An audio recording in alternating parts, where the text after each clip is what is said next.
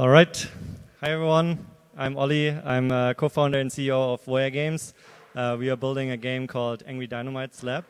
And today I want to talk a little bit about how we can embrace real-world economy principles to game economies to actually make them more sustainable.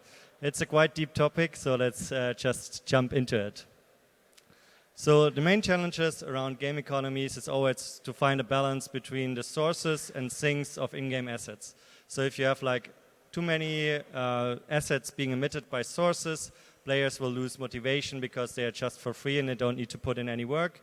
Whereas on the other hand, if the sinks are too expensive, that people need to pay too much in order to acquire certain assets, they will lose motivation and get frustrated. And so on and so forth. So we always need to find the right balance here. And on a Web 2 single-player game, that's still quite simple to do. You have only one player you need to do the balance for. You only need to find, it's a very linear path with not a lot of external factors.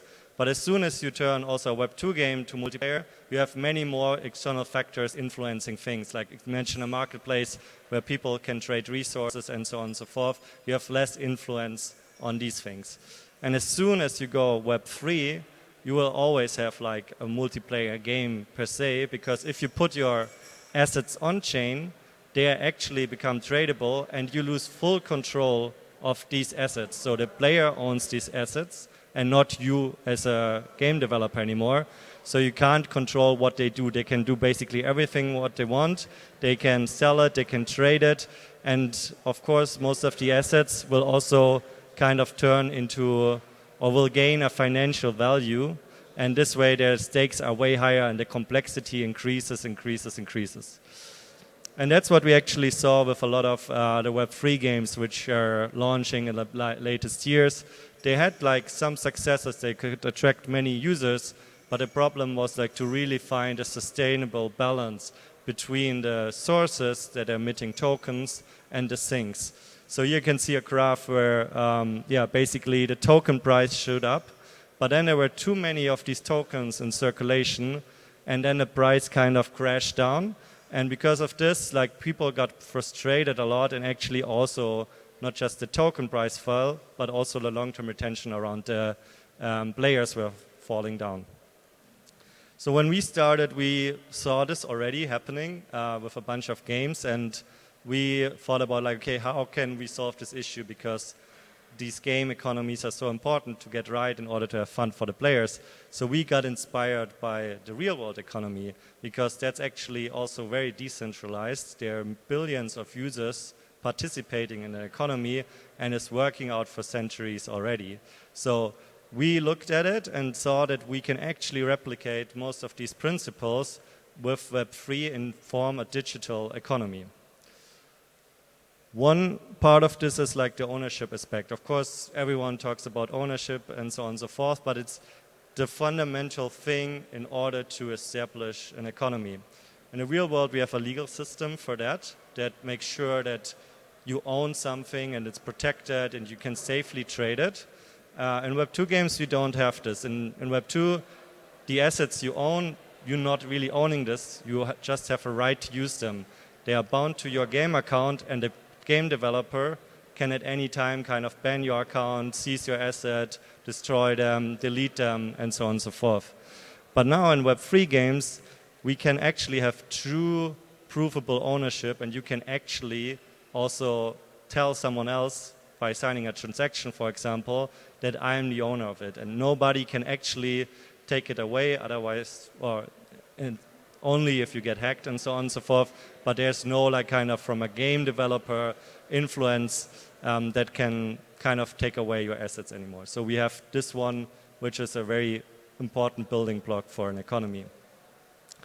And then resource scarcity is the next thing. So in the real world, we have natural land with a lot of resources in there, like oil, gold, ore, and so on and so forth.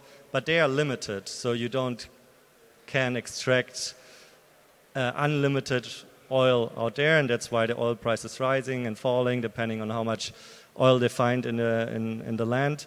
And you need to extract it, and then you have like some raw resources which you need to refine. You put in labor and machines in order to do this, and then in the end you can basically create more productive goods, or like also luxury goods like a watch or something like this. And the same thing can be replicated in the digital world in games as well, where you can now have like, for example, land plots which limit the land which is in the digital world otherwise like infinite. And you can also have limited resources on these lands through the metadata you attach to the NFTs. And then instead of labor, you put in game loops like, I don't know, a small mini game or something like that in order to transform one resource into another resource. And then you can, of course, again, like kind of produce things where you can like kind of, get better in the game, have a better sword, have a better car or something like this. It kind of, is a productive good in that sense. Or you can also have luxury goods like skins or avatars inside the game. The next thing is like in the real world are also the economy is like not owned by a single entity. It's basically a lot of different participants kind of forming this economy, and it's also regulated by frameworks and so on. And there's a lot of participants, like everyone kind of can here also create some goods, become an entrepreneur, form a company, work with banks, get loans, and so on and so forth. There's so many different participants out there. And in a game, Web2 game, like the game developer basically is the only one who's actually controlling the economy. They decide on a lot of things.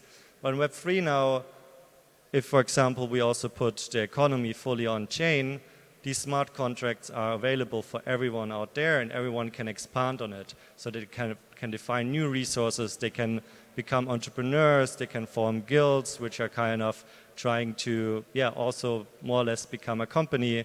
And you can invest into these things as an investor or trade them.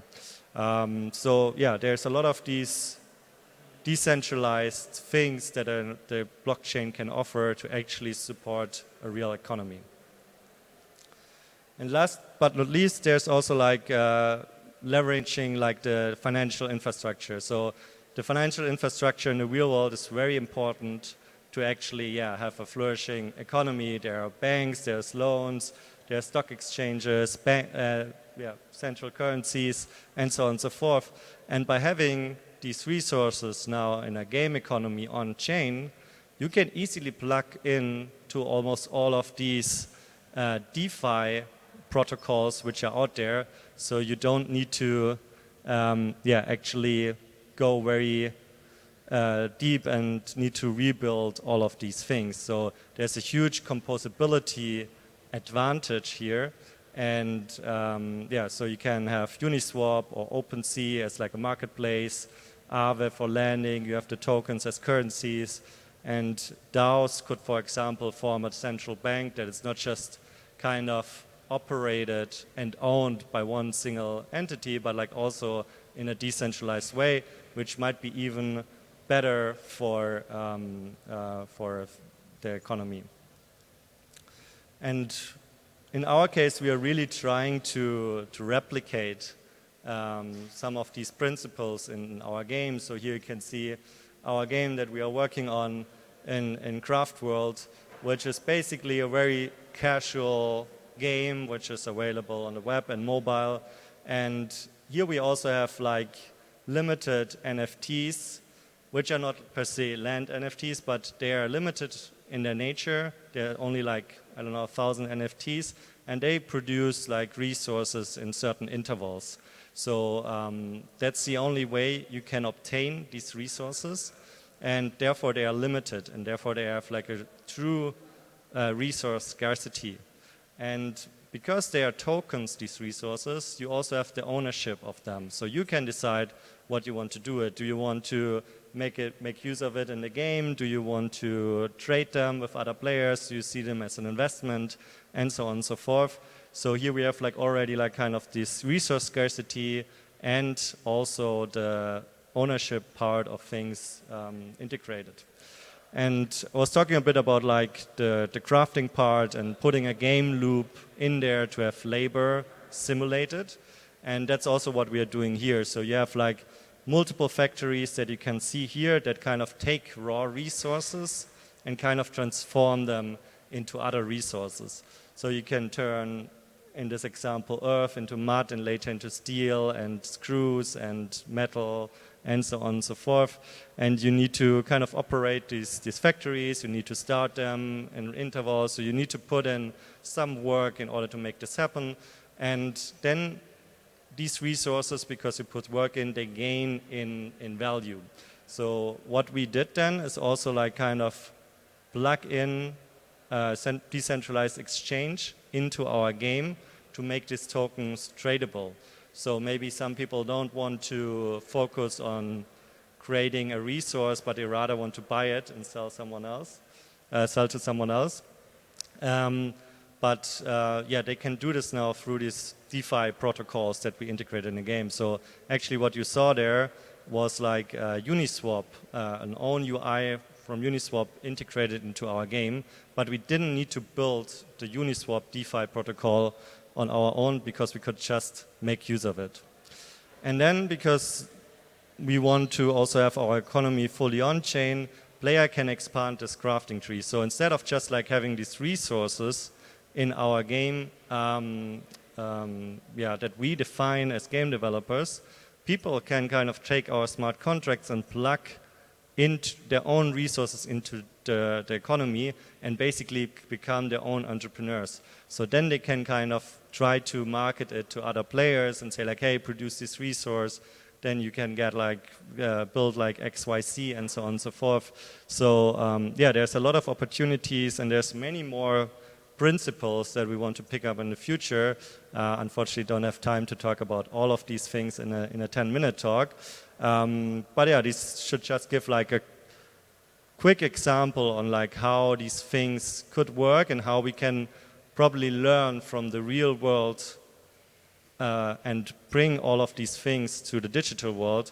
And that's what Web3 actually really makes possible now because of this ownership and all of these things. So I think that's actually a quite cool way on how to create these economies.